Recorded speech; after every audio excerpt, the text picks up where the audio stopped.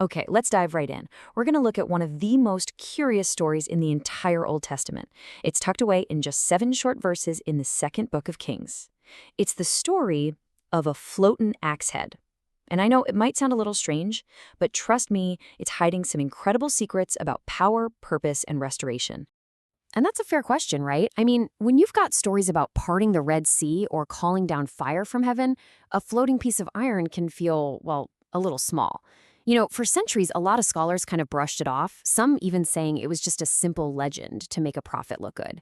But what if there's something much deeper, something way more strategic going on here? So, to really get this story, we've got to feel the weight of this moment.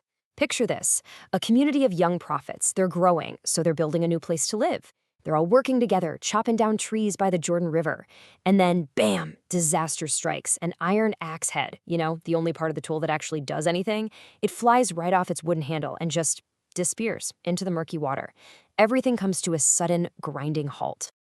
And right here, this is our first big clue. The prophet's cry, it isn't just, oh man, I lost a tool. It is a cry of genuine, pure desperation. The specific Hebrew word he uses, aha, it's not just an exclamation. It signals deep grief and panic. So why? Why such a strong reaction? Because this wasn't just any old tool. It was borrowed. To solve the mystery of why he's so panicked, we have to step back in time. We need to understand the world where this happened. And the key isn't just the tool, but the material it was made from, iron. See, this story takes place during the Iron Age, and this was a time when making usable iron was a brand new, revolutionary technology.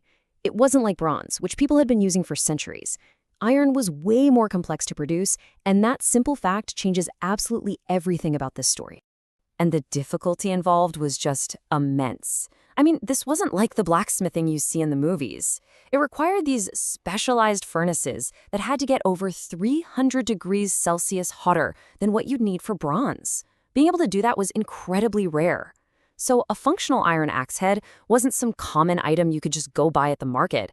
It was a highly valuable, almost high-tech asset for its time.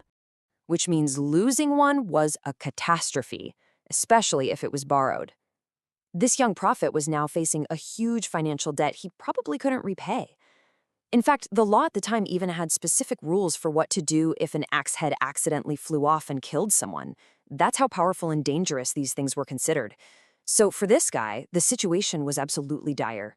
But the story's meaning goes even deeper than just economics.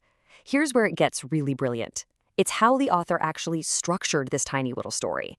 It's a deliberate, intentional echo of another, much more famous story that also involves the prophet Elisha.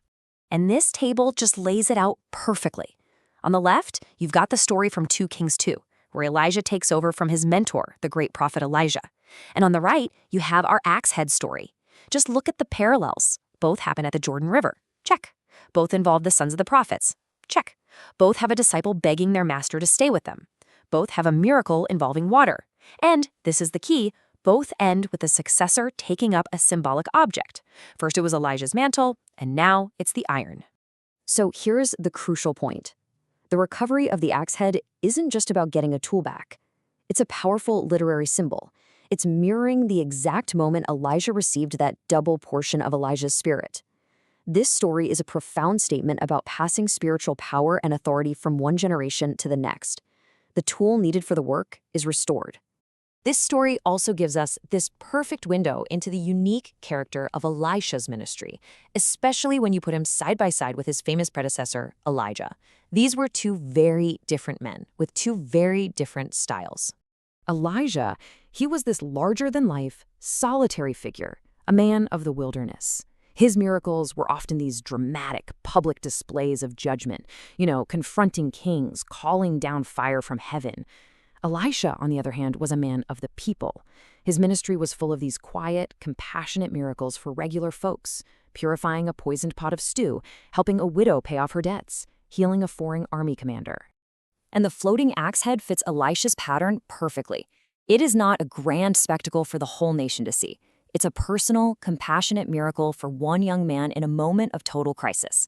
Elisha restores what was lost, showing that God is intimately concerned with the everyday, personal problems of his people, not just the grand sweep of history. So, how does this ancient story speak to us today? Well, its legacy doesn't just stay in the past. Over time, that floating axe head has become a really powerful metaphor for our own lives. Many modern interpretations look at this story through a symbolic lens. The iron axe head, the effective part of the tool, it represents our spiritual cutting edge. That indispensable power, that passion, that effectiveness we need to do the work we feel called to do. And when you lose it, you're just swinging a useless stick. And what's amazing is the story itself gives us a practical model for how to get it back. It starts with just acknowledging the loss. The prophet had to cry out for help. Then Elisha asks that crucial question, where did it fall? It's a call to go back to the source, to where things went wrong. From there, they rely on divine help, but it doesn't end there. The prophet himself has to reach out, take back the restored tool, and recommit to the work.